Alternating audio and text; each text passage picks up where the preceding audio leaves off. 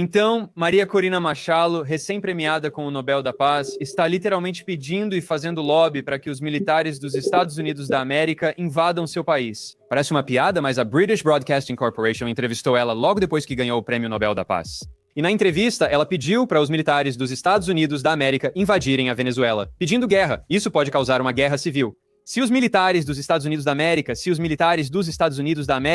intervirem se houver bombardeio de Caracas, se tentarem matar Maduro, como dizem, Trump confirmou que autorizou a CIA a realizar operações secretas. Se matarem Maduro, pode causar uma guerra civil. Acho isso muito perigoso. Devemos acompanhar de perto o que ocorre na Venezuela. Este é Ben Norton, jornalista, analista geopolítico e popular youtuber, com ampla experiência vivendo e trabalhando na América Latina e na China. Na entrevista de hoje, converso com Ben sobre a possível escalada e guerra entre Estados Unidos e Venezuela. Ele tem ótima visão sobre a América Latina. No episódio de hoje, vamos analisar todos os cenários possíveis de uma guerra total entre essas duas nações. Também vamos discutir a possibilidade de uma América Latina unida, enfrentar os Estados Unidos e o papel do continente na nova Guerra Fria contra os Estados Unidos da América. Se quer entender a volta dos Estados Unidos da América à América Latina com foco militar, este vídeo é para você. É uma honra receber no estúdio Ben Norton, jornalista, analista e economista político. Você deve conhecer o canal Geopolitical Economy Report no YouTube. Ben, obrigado por participar do nosso programa. Obrigado por me receberem, sempre assisti, mas é minha primeira participação. Com certeza. Ben, sou grande fã do seu canal no YouTube e sei que temos muitos fãs em comum. É muito empolgante finalmente conversar com você, pois temos muitos assuntos para discutir. Eu sei que você está em Pequim. Seus vídeos sobre a China e outros temas, como Israel e América Latina, mostram sua grande experiência. E bem, na verdade eu quero começar por aí porque vimos alguns desenvolvimentos interessantes especificamente entre os Estados Unidos. Agora analisamos a situação com a Venezuela. Me dê uma visão geral do que está acontecendo entre os Estados Unidos e a América Latina. Talvez comente um pouco sobre o Prêmio Nobel da Paz e o que espera para o futuro entre Estados Unidos da América e Venezuela? Sim, obrigado por me receber, Cyrus Jansen. Adoro seus vídeos. Esse é um ótimo ponto de partida, pois está ligado à China. Você sabe, está claro que os Estados Unidos estão travando uma nova Guerra Fria. Você pode chamar de Guerra Fria a Segunda Guerra Fria. China é o principal alvo disso. Rússia também é alvo. Isso fica claro na guerra por procuração na Ucrânia, que vai além do conflito entre Rússia e Ucrânia, sendo entre a OTAN e a Rússia. Os Estados Unidos da América lideram a OTAN. E no caso dessa nova Guerra Fria, é claro, né, a Rússia é o alvo, né, mas o principal alvo é a China. E isso porque, como Marco Rubio disse em sua audiência de confirmação no Senado, quando foi indicado pelo Senado, quando foi nomeado, Trump o nomeou e o Senado o nomeou como secretário de Estado. E nessa audiência de nomeação, audiência de confirmação, Marco Rubio disse que a China é a maior ameaça que os Estados Unidos já enfrentaram, maior do que a que foi representada pela União Soviética, aparentemente. Ele afirmou que a China é uma suposta ameaça não só militar e de segurança, mas também econômica e tecnológica. Claro, você e eu discordaríamos dessa ideia de que a China é uma chamada ameaça. A China não entra em guerra desde 1979, enquanto os Estados Unidos participam de conflitos constantemente todos os anos. Então, a China não tem interesse em guerra e conflito.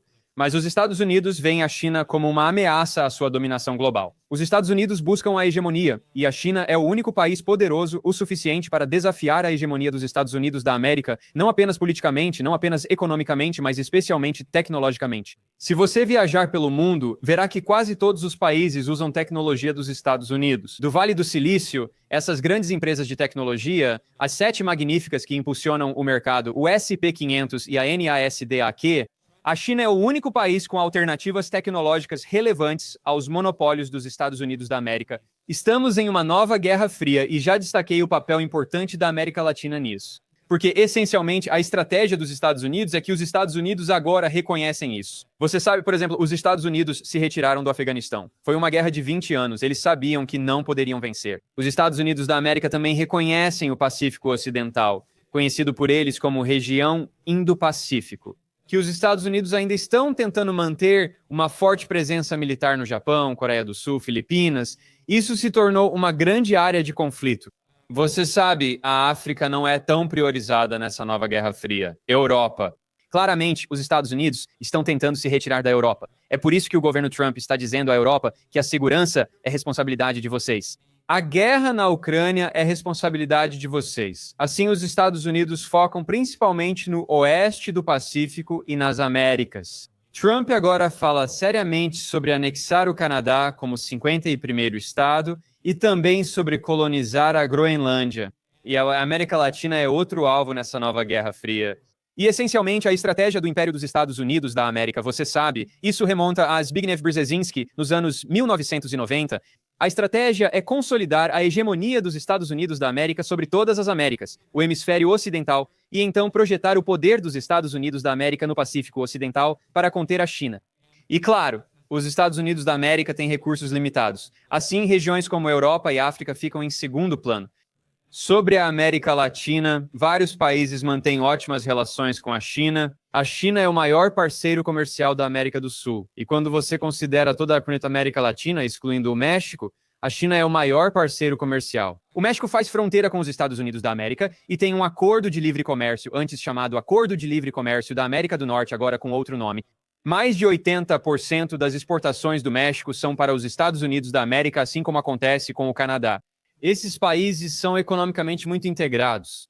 No sul do México, a China é o principal parceiro comercial, como mostra um gráfico de comércio. A China ganha importância econômica na América Latina, enquanto os Estados Unidos da América perdem relevância. Isso ocorre hoje em países como a Argentina, que tem um líder de direita pró-Estados Unidos da América, Javier Milei, que prometeu cortar todas as relações com a China durante a campanha. E então, claro, ele assumiu o cargo e percebeu que, na verdade, a China é o maior parceiro comercial da Argentina.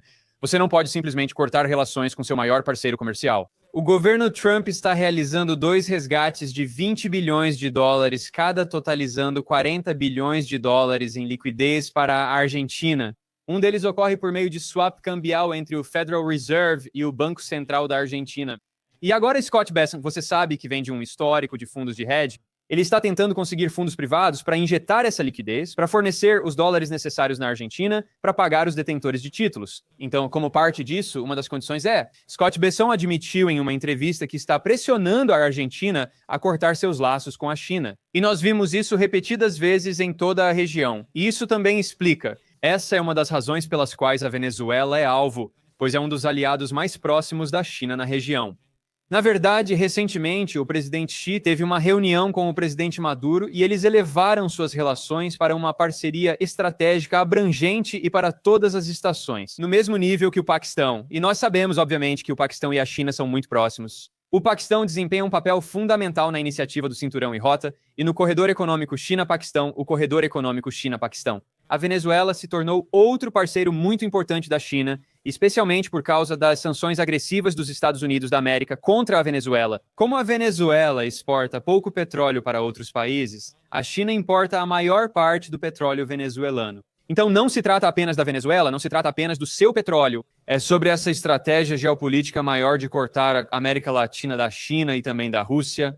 A Rússia tem poucos laços econômicos com a América Latina, mas mantém relações políticas, principalmente com a Venezuela, país também próximo da China e do Irã. Então, todos os grandes inimigos dos Estados Unidos da América que o país tenta isolar, a Venezuela é uma tempestade perfeita. Você menciona o petróleo. A Venezuela tem as maiores reservas do mundo. Muito desse petróleo é óleo cru pesado e exige mais processamento, diferente do petróleo leve, doce. Esse é o petróleo mais buscado, especialmente na Arábia Saudita e no Golfo. Mas, você sabe, há muito potencial na Venezuela. Essa chamada vencedora do Prêmio Nobel da Paz, Maria Corina Machado, que vem sendo financiada pelo governo dos Estados Unidos há muitas décadas.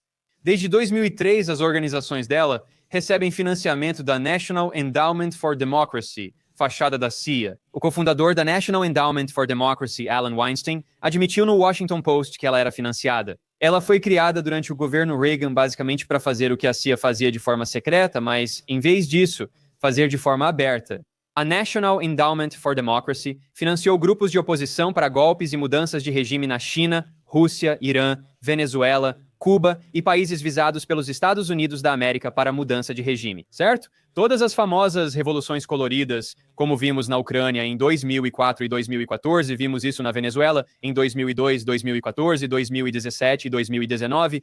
De novo, está acontecendo. Maria Corina Machado. Ela admitiu em uma entrevista em fevereiro com Donald Trump Jr. que quer tomar o poder, derrubar Maduro e privatizar todo o petróleo da Venezuela, vendendo-o para empresas dos Estados Unidos. Empresas dos Estados Unidos da América como ExxonMobil controlavam grande parte do petróleo venezuelano, junto com outras ocidentais como a Shell, que não é dos Estados Unidos da América.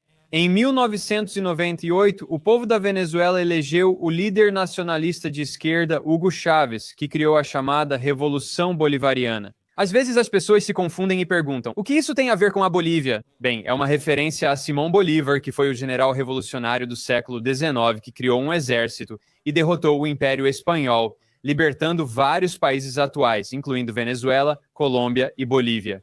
A Bolívia tem esse nome em homenagem a Simão Bolívar. Eles faziam parte do Império Espanhol, certo? Esses países surgiram após a Guerra Revolucionária de Simão Bolívar contra o Império Espanhol.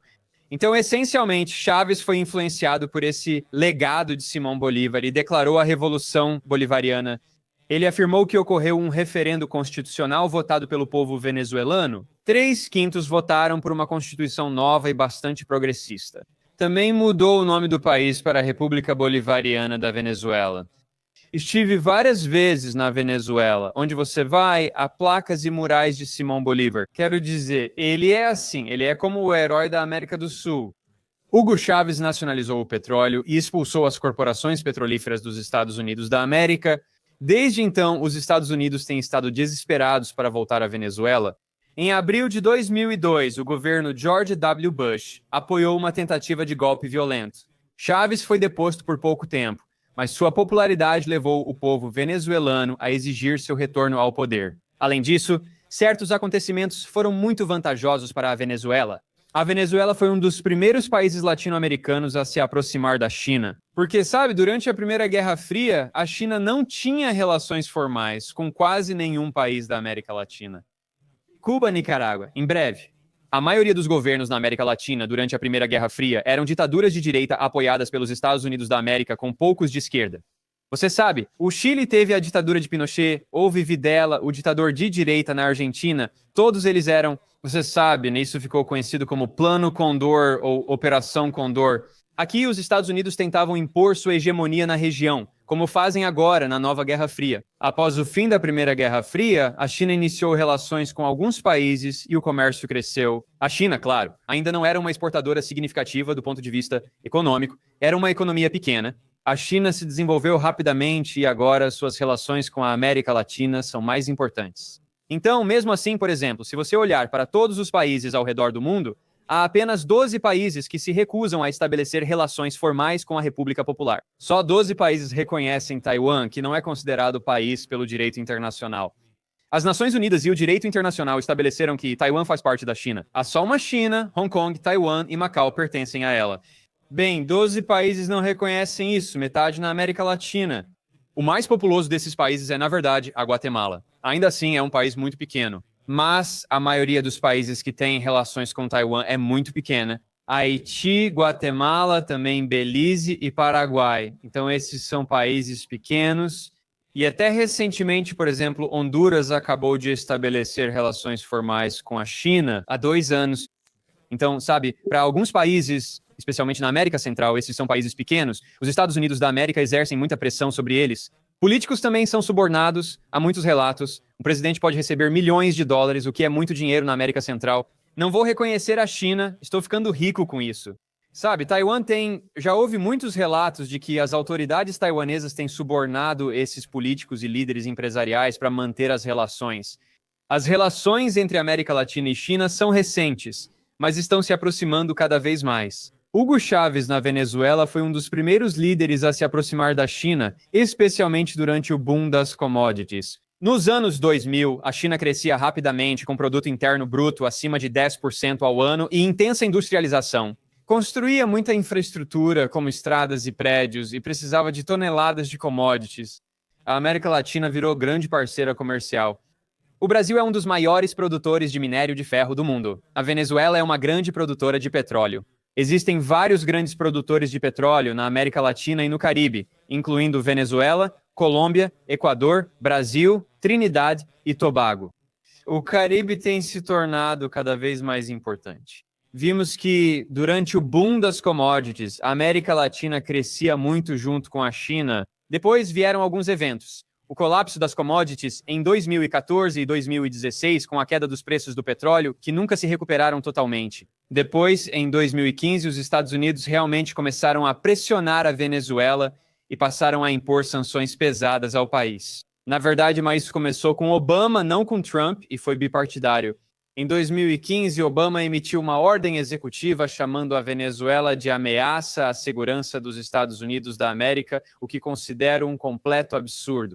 Mas o motivo pelo qual Obama fez isso foi por causa da ordem executiva. Tipo, o que vemos Trump fazendo agora, quero dizer, isso é bipartidário. Assim, ele pôde contornar o Congresso e começar a impor sanções à Venezuela. Então, as sanções começaram em 2015. Em 2017, Trump entrou para ganhar muitos votos em Miami, na Flórida. Marco Rubio, como secretário de Estado, endureceu ainda mais as restrições à Venezuela, apertando o cerco. Um funcionário do governo Trump disse isso publicamente. Ele se gabou de que as sanções contra a Venezuela eram como o aperto mortal de Darth Vader. E eles realmente tentaram sufocar economicamente a Venezuela. E isso levou a uma crise econômica horrível. Estive na Venezuela e vi a hiperinflação, o que faz a inflação da Turquia parecer insignificante. E isso é por causa, sabe, das sanções dos Estados Unidos da América contra a Venezuela. Esse país foi um estado petrolífero por 100 anos, como a Arábia Saudita, Catar e Emirados Árabes Unidos. Esses países não têm indústria e dependem totalmente da exportação de commodities para a economia. Você tem a chamada doença holandesa ou maldição dos recursos. As moedas deles se valorizam bastante por receberem moeda forte vinda do superávit em conta corrente. Isso dificulta ter uma indústria competitiva, pois todas as outras exportações se tornam competitivas. E aí você simplesmente importa comida porque tudo fica muito barato, já que sua moeda está tão valorizada. Venezuela é um petroestado. Sempre foi assim. Antes, apenas as elites na Venezuela se beneficiavam do petróleo, enquanto a maioria da população não tinha vantagens. Chávez nacionalizou o petróleo e usou os recursos para construir moradias populares, financiar educação, saúde e oferecer amplos serviços sociais. Mas sempre dependeu desse fluxo constante de receita do petróleo. Então a Venezuela foi atingida por essas duas enormes pedras, esses verdadeiros martelos de queda dos preços do petróleo. Vieram as sanções dos Estados Unidos da América, que foram se intensificando até 2019. Trump impôs um embargo econômico total à Venezuela, como um embargo a Cuba. E então, uma grande questão na Venezuela que eu vi de perto é que, porque a Venezuela não é apenas um estado petroleiro, mas também toda a sua infraestrutura, sua tecnologia foi criada por empresas dos Estados Unidos da América, principalmente com tecnologias americanas. Por exemplo, Chávez nacionalizou a indústria do petróleo, mas toda a tecnologia real usada para extrair o petróleo do solo e depois refinar o petróleo foi construída por empresas dos Estados Unidos da América e algumas poucas empresas europeias. Mas a Venezuela realmente não tinha empresas que fabricavam os equipamentos de perfuração e todo o enorme investimento de capital necessário. Eles nacionalizaram a empresa que fazia a perfuração e o refino. Eles tinham uma refinaria nos Estados Unidos, no Texas, chamada Citgo, e até mesmo no sul dos Estados Unidos da América costumava ter alguns postos de gasolina da Citgo. Na verdade, era uma empresa estatal da Venezuela. Mas quando os Estados Unidos da América impuseram sanções à Venezuela, ela não pôde mais fazer reparos. Atualize seus equipamentos. Então, todo esse gasto de capital, todo o equipamento de capital, de repente, com o tempo, você precisa continuar investindo e investindo. Começa quando a quebrar e faltam peças e equipamentos, pois tudo foi importado dos Estados Unidos da América. E então, há outras coisas, como eu mencionei que a Venezuela tem um petróleo muito pesado. Então, eles tiveram que importar petróleo leve e outros produtos químicos que precisavam para misturar, refinar o petróleo e utilizá-lo. Então, as sanções... Basicamente, o que eu costumo apontar para as pessoas é que elas gostam de dizer, sabe, Venezuela, socialismo, tudo fracassou. Bem, eu digo não, quero dizer, olhe o que aconteceu. Olhe para a Arábia Saudita. A Arábia Saudita tentou por décadas modernizar sua economia, diversificar além do petróleo, com pouquíssimos sucessos. Os Emirados Árabes Unidos, a mesma coisa. Imagine se os Estados Unidos impusessem sanções pesadas, bloqueassem o acesso ao sistema financeiro e confiscassem reservas de câmbio deles de repente. Em 2022, Estados Unidos da América e Europa confiscaram 300 bilhões de dólares em euros de ativos do Banco Central russo. Esse ato de pirataria internacional também acelerou a desdolarização desse grande mercado em expansão. Em ouro, quero dizer, agora o ouro está a $4.200 e aumentando a cada dia. Isso ocorre principalmente porque confiscaram títulos do Tesouro e euros, em sua maioria títulos soberanos da Rússia. Então, todos esses bancos centrais começaram a diversificar. Bem, na verdade, eles já tinham feito isso com a Venezuela em 2019. O Banco da Inglaterra ainda mantém $3 bilhões em ouro venezuelano e se recusa a devolver. E se todas as reservas da Arábia Saudita fossem confiscadas, foram bloqueados do sistema financeiro internacional, sem acesso a dólares e próximos do colapso. Quero dizer, é realmente simples de explicar. É um petroestado que esteve sob o aperto dessas sanções. O que tem sido interessante nos últimos anos é que, na verdade, a produção de petróleo deles se recuperou bastante, ainda está baixa. É metade do auge, mas agora supera 1 milhão por dia. Desculpe, 1 milhão de barris por dia e aumentando. E um grande motivo para isso é... O interessante é que muita tecnologia nova usada na indústria de petróleo da Venezuela vem não só da China e Rússia, mas principalmente do Irã. Porque você sabe, o Irã é um país que está sob sanções dos Estados Unidos da América desde a Revolução Iraniana em 1979. O Irã, sendo grande produtor de petróleo, foi obrigado a desenvolver sua própria tecnologia. O Irã faz isso há décadas e realmente enviou muitos técnicos e tecnologia à Venezuela para modernizar e consertar grande parte da infraestrutura de petróleo. Então, o que vemos é que a Venezuela está realmente no centro dessa nova Guerra Fria, não apenas com a China. É um país com governo de esquerda e forte oposição ao imperialismo dos Estados Unidos da América.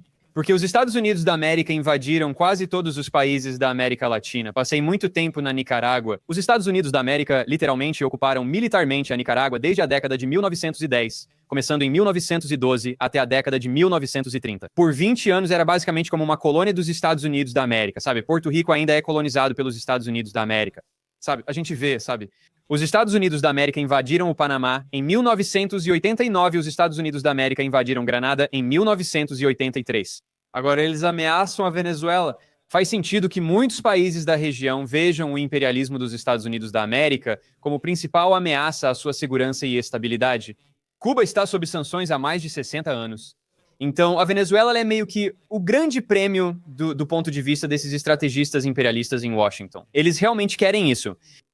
Eles querem derrubar o país por sua política externa independente, apoio à China, Rússia, Palestina e reservas de petróleo. E eu mencionei isso. Maria Corina Machado admitiu nessa entrevista com Donald Trump Jr. que quer privatizar tudo isso e vender para empresas dos Estados Unidos. Esse é um dos motivos pelos quais ela ganhou o Prêmio Nobel da Paz, assim como Obama. Depois ele bombardeou 7 países: Iêmen, Afeganistão, Síria, Iraque, Líbia e Paquistão. Henry Kissinger recebeu o Prêmio Nobel da Paz após milhões de mortes no Vietnã, Camboja, Laos e Bangladesh. Ele foi um dos arquitetos do famoso golpe da CIA no Chile em 1973. Então, quero dizer, se o Prêmio Nobel da Paz é extremamente hipócrita, se você observar a política externa dos Estados Unidos da América na América Latina, verá uma longa história de intervencionismo e desrespeito à soberania. Sim, quero dizer, Ben, essa é realmente uma resposta fenomenal. E eu simplesmente realmente gostei muito dessa aula de história. E quero agradecer a você por trazer, sabe, para o público aqui, esses insights incríveis sobre como essa grande história geopolítica está em jogo. Concordo com você sobre o Prêmio Nobel da Paz. Realmente parece haver um viés mais político. O interessante aqui, Ben, é que estamos olhando para muitos Estados Unidos. Navios da Marinha estão se aproximando cada vez mais da Venezuela. Quero falar sobre isso. Quero dizer, estamos vendo um possível ponto de tensão que pode causar conflito entre Estados Unidos e Venezuela. Como você está vendo essa situação? Você acha que estamos olhando para a próxima guerra dos Estados Unidos, potencialmente? Bem, já há um conflito. A dúvida é se vai escalar. É uma guerra de baixa intensidade. Trump já declarou oficialmente que está em guerra, mas ele não disse que é com a Venezuela. Em vez disso, ele está em guerra com os traficantes de drogas. É hilário, pois quem conhece a América Latina sabe que a Venezuela quase não produz drogas. A Colômbia, seu vizinho, é o maior produtor mundial de cocaína. É só uma piada, sério, muito engraçado. De todo modo, sabemos que CIA e Drug Enforcement Administration têm histórico de envolvimento com tráfico de drogas na América Latina. Isso não é teoria da conspiração. Jornalistas tradicionais e respeitados já relataram isso. Gary Webb, jornalista americano, ficou famoso ao expor isso nos anos 1980 durante a Guerra dos Contras. Onde você? As guerras sujas na América Central, onde a CIA apoiava esses esquadrões da morte, conhecidos como Contras na Nicarágua, mas também grupos semelhantes em Honduras, El Salvador e Guatemala. Houve genocídio contra indígenas na Guatemala, promovido por uma ditadura apoiada pelos Estados Unidos da América. Mas, de qualquer forma, durante essas guerras, a CIA estava usando os lucros do tráfico de cocaína e depois usando esse dinheiro para financiar a guerra na América Central.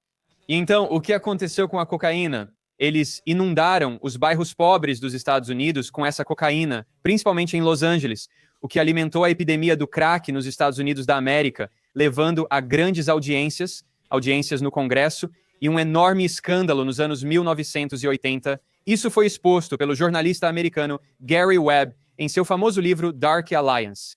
Então, quero dizer, qualquer pessoa na América Latina ouvindo os Estados Unidos da América falarem sobre isso é uma piada. No caso da Colômbia, quero dizer, de acordo com as Nações Unidas, a Colômbia é responsável pela maior parte da produção de cocaína. E sabemos que há vários políticos na Colômbia que estiveram profundamente envolvidos no tráfico de cocaína, Sabe qual a relação deles com os Estados Unidos da América? Todos são aliados dos Estados Unidos.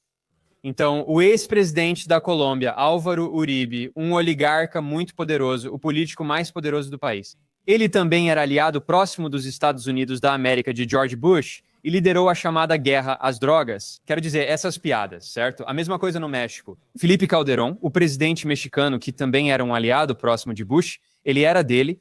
O chefe da segurança dele no México era um traficante de drogas. Isso se tornou um grande escândalo. O nome dele é Garcia Luna. Isso virou um escândalo no México. Ele liderava a guerra às drogas no país. No caso da Colômbia, voltando ao vizinho Venezuela, segundo as Nações Unidas, a maior parte da cocaína é produzida lá, mas parte ainda passa pela Venezuela.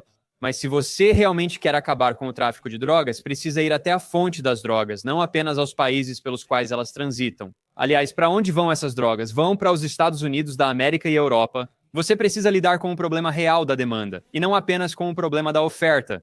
Enquanto houver essa demanda constante por drogas, você vai encontrar pessoas que vão produzir, que vão fornecer a oferta. Aliás, no caso dos Estados Unidos, os Estados Unidos da América, obviamente, têm grandes problemas com drogas, mas não é realmente cocaína. É fentanil, são opioides sintéticos. E o motivo desse problema existir é por causa das empresas farmacêuticas, especialmente a Purdue Pharma. Agora sabemos que houve dezenas de ações coletivas, incluindo processos movidos por governos estaduais e procuradores gerais, acusando a família Sackler, que era dona da Purdue Pharma e administrava a Purdue Pharma, de pagar médicos para prescreverem OxyContin em excesso, que era produzido pela Purdue Pharma. O que levou essas pessoas ao vício? E depois, quando não conseguem mais OxyContin pelo convênio ou receita médica? Elas simplesmente começavam a usar heroína, porque os opioides sintéticos são quimicamente semelhantes à heroína. De onde vinha essa heroína? Principalmente do Afeganistão. E o Talibã, apesar de todas as críticas válidas ao Talibã, eu não sou fã do Talibã. Quando eles assumiram, após a saída do exército dos Estados Unidos da América, a produção de heroína caiu no Afeganistão. Então, agora tem um livro novo muito bom sobre isso, que se chama O Cártel de Fort Bragg, de Seth Harp. Veterano do Exército dos Estados Unidos da América, relata o envolvimento militar no tráfico de drogas, como heroína no Afeganistão.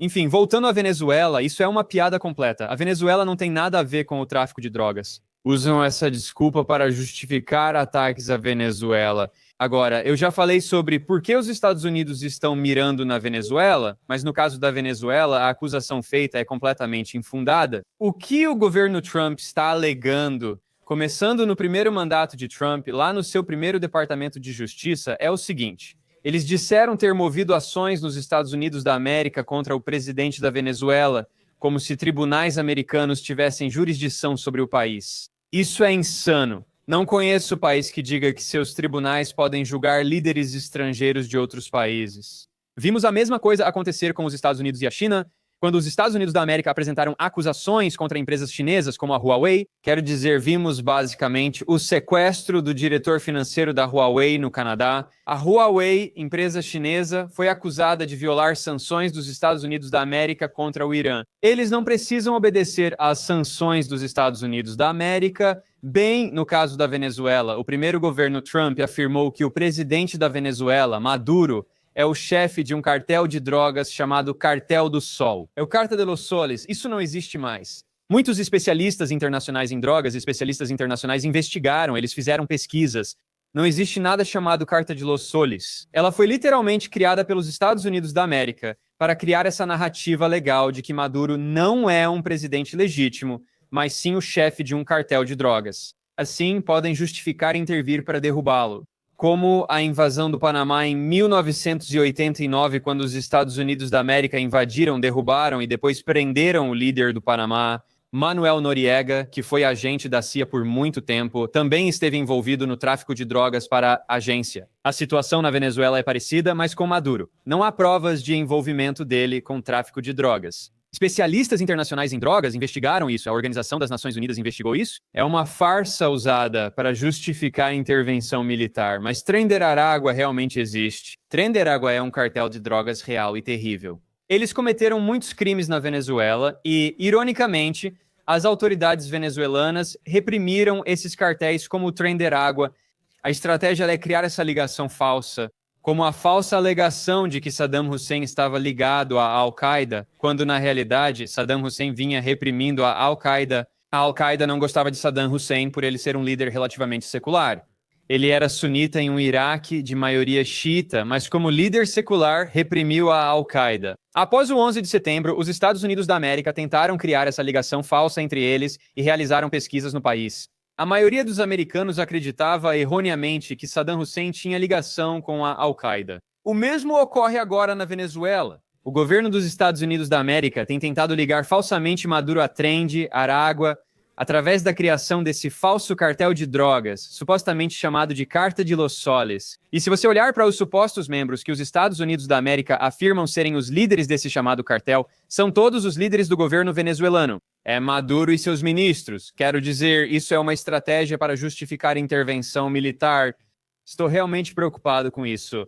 Acho que os Estados Unidos da América não vão enviar tropas, porque seria muito impopular com a base Make America Great Again.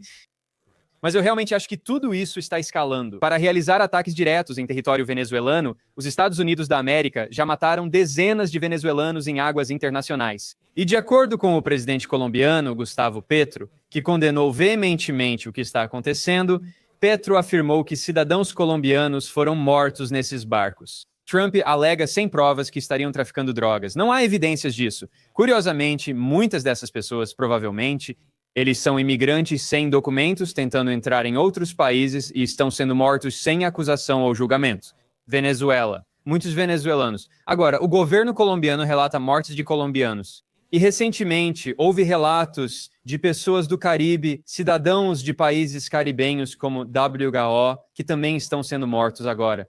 E tudo isso está escalando ainda mais. E uma outra observação rápida que eu preciso fazer é que Marco Rubio está por trás disso. Trump não gosta do Maduro e quer o petróleo. Em 2023, em um comício, Trump disse famosamente, ele disse, chegamos tão perto de tomar a Venezuela. Essas foram as palavras dele. Ele disse em um comício que teríamos conseguido todo aquele petróleo, há vídeo disso. Sinceramente, não acho que Trump seja o cérebro principal do que ocorre. Isso é 100%. Marco Rubio, durante toda a sua carreira, foi obcecado por derrubar Cuba, o governo sandinista da Nicarágua e depois a Venezuela, que é a cereja do bolo. Rubio é próximo das forças de extrema-direita que pedem intervenção militar dos Estados Unidos da América. Maria Corina Machado, recém-premiada com o Nobel da Paz, está literalmente pedindo e fazendo lobby para que militares dos Estados Unidos da América invadam seu país. Parece piada, mas a British Broadcasting Corporation a entrevistou logo após ela ganhar o Prêmio Nobel da Paz. E na entrevista, ela pediu para que os militares dos Estados Unidos da América invadissem a Venezuela pedindo guerra.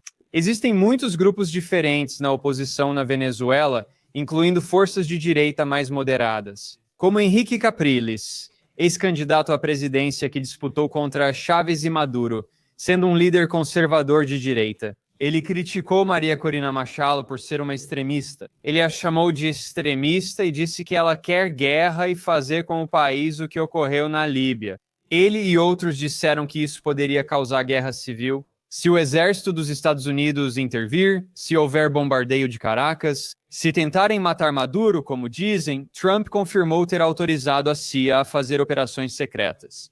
Se eles matarem Maduro, isso pode literalmente causar uma guerra civil como no Iraque, como na Líbia, você sabe, na Líbia, desde 2011, quando a OTAN bombardeou a Líbia. Não havia tropas em solo, mas mataram Gaddafi e destruíram o governo central. Já se passaram 14 anos e ainda não há governo central na Líbia. A Líbia era o país no norte e em todo o continente africano com o mais alto padrão de vida, um grande país rico em petróleo. É um estado falido, ainda há uma guerra civil acontecendo.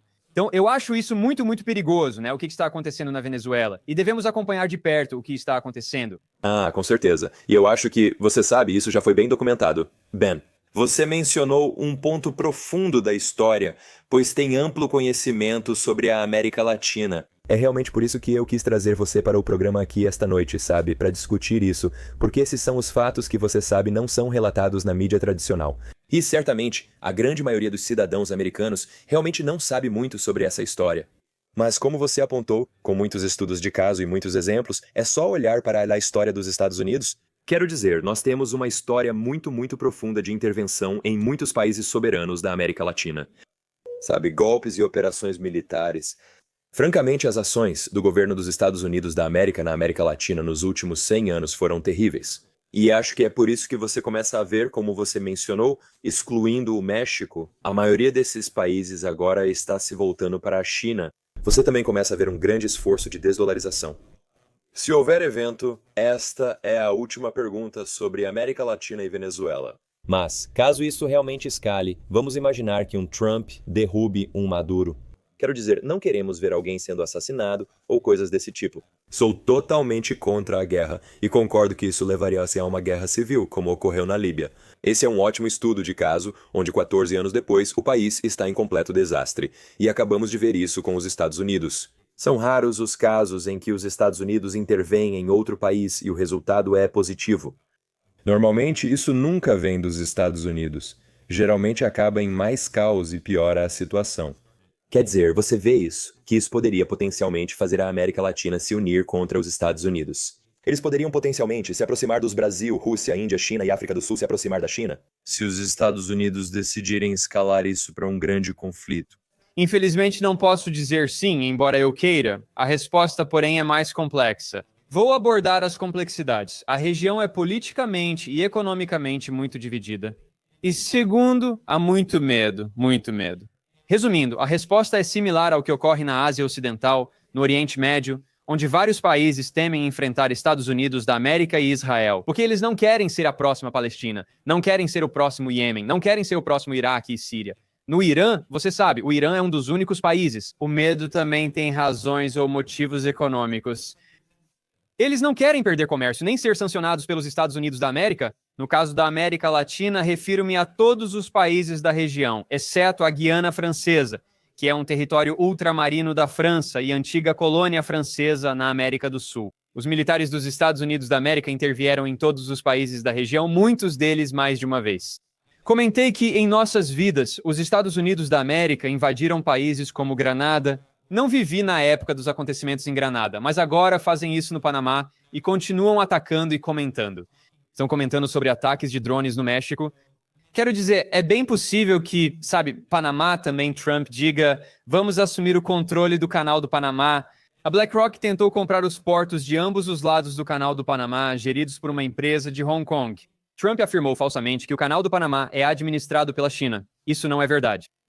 A BlackRock anunciou a compra dos portos, mas o acordo ainda não foi fechado. Os Estados Unidos encaram isso com seriedade. Isso assusta vários países da região. Então, alguns países têm medo de intervenção militar, outros têm medo de sanções. E nós vimos como as sanções devastam economias. Mesmo com a China como principal parceira comercial, muitos desses países ainda negociam bastante com os Estados Unidos. A China é o maior parceiro comercial da América do Sul e os Estados Unidos da América o segundo. Correto. Então, eles realmente não querem sanções. Essa é a questão sobre Cuba que muita gente não entende. Cuba é uma pequena nação insular, quero dizer, e eles têm uma situação muito... Eles têm pouca indústria e dependiam da exportação de commodities como açúcar. As sanções e o bloqueio em Cuba foram devastadores, já que os Estados Unidos da América eram seu principal parceiro comercial. Como negociar com outros países diante de sanções secundárias? Qual empresa vai negociar ou exportar para Cuba, sabendo do risco de sanções secundárias dos Estados Unidos da América? Eles são bloqueados do sistema financeiro e não podem usar bancos, como qualquer um que já fez negócios no exterior sabe. Você geralmente precisa ter um banco correspondente baseado nos Estados Unidos da América para, por exemplo, se você tem um banco, digamos, na Malásia e quer fazer comércio com alguém no Brasil. Bem, os bancos locais, quase certamente, o banco correspondente deles está nos Estados Unidos da América, quase com certeza. Vai passar pelo sistema Society for Worldwide Interbank Financial Telecommunication e, de acordo com a lei dos Estados Unidos da América, eles dizem que todas as transações que passam pelo sistema Society for Worldwide Interbank Financial Telecommunication e que envolvem um banco correspondente nos Estados Unidos da América, tecnicamente passam pelo território americano. E, segundo a lei dos Estados Unidos da América, todos esses bancos devem seguir as leis americanas de sanções, anti-sanções e combate à lavagem de dinheiro, e as leis de conheça seu cliente. Então isso significa que ninguém vai arriscar fazer negócios com Cuba, nem mesmo a Venezuela. A Venezuela tem muito petróleo e compradores, mas é possível adquirir petróleo de outros países também. Muitos países e empresas acabam reduzindo riscos. Eles evitam países sancionados como Venezuela, Cuba e Irã, assim como outros na região. Eles evitam se manifestar ou se posicionar por medo de que, se não fizerem nada, os Estados Unidos da América ataquem a Venezuela, mas temem virar a próxima Venezuela. E esse certamente é o caso na Colômbia, mas também no Brasil. Sabe, o Brasil é um pouco diferente porque é o maior país da América Latina. Tem mais de 200 milhões de pessoas e é a maior economia da América Latina. Tem um setor de manufatura bastante avançado, tem muito petróleo e commodities. O Brasil é grande o bastante para seguir um caminho independente, por isso foi cofundador do Brasil, Rússia, Índia, China e África do Sul. O bem Brasil, Rússia, Índia, China e África do Sul é de Brasil. E, na verdade, o cofundador do Brasil, Rússia, Índia, China e África do Sul foi Lula da Silva. Ele é o único líder atual que foi um dos cofundadores originais. Em 2009, o Brasil, Rússia, Índia, China e África do Sul foi fundado como Brasil, Rússia, Índia e China, e em 2010, com a entrada da África do Sul, tornou-se Brasil, Rússia, Índia, China e África do Sul. O Brasil, Rússia, Índia, China e África do Sul expandiu várias vezes e hoje representa a maior parte da população mundial. E está se aproximando muito de metade do produto interno bruto global. Ao medir o produto interno bruto do Brasil, Rússia, Índia, China e África do Sul, por paridade de poder de compra, são 10 membros e 10 parceiros. O grupo cresce a cada ano. Na América Latina, há grande interesse em ingressar no Brasil, Rússia, Índia, China e África do Sul. Então, a Argentina, o governo anterior de centro-esquerda de Alberto Fernandes aceitou o convite para entrar no Brasil, Rússia, Índia, China e África do Sul. Foi em 2023, mas ele perdeu a eleição. O líder de extrema-direita pró-Estados Unidos da América, Javier Milei, admitiu ser aliado próximo de Trump. A Argentina havia aceitado formalmente o convite para entrar no Brasil, Rússia, Índia, China e África do Sul e teria ingressado em 1º de janeiro de 2024, mas ele retirou a Argentina antes que o país entrasse no Brasil, Rússia, Índia, China e África do Sul. Eu mencionei todos esses fatores de medo e o risco de sanções. O outro fator que mencionei é simplesmente a divisão. Então, existem as divisões políticas e a América Latina. Na Ásia e Europa, isso nem sempre é tão simples. Na Europa, líderes de esquerda como Jean-Luc Mélenchon, França, e Jeremy Corbyn, Reino Unido, criticam fortemente os Estados Unidos da América e a OTAN. Mas há líderes de direita como Viktor Orbán, mais críticos à OTAN e simpáticos à China e à Rússia. Na Ásia, a política é mais complexa, enquanto na América Latina é simples. Os líderes de esquerda são críticos aos Estados Unidos e querem melhores relações com a China, a Rússia e os Brasil, Rússia, Índia, China e África do Sul. Os líderes de direita geralmente apoiam fortemente os Estados Unidos da América. Eles normalmente representam setores importadores ou grupos de commodities que exportam para os Estados Unidos da América. Eles fazem quase todo o comércio com os Estados Unidos da América, mas isso está mudando. No Chile, por exemplo, havia um presidente de direita, Sebastián Piñera, bilionário que fazia muito comércio com a China. Mas, na maioria das vezes, os líderes de direita são muito pró-Estados Unidos da América.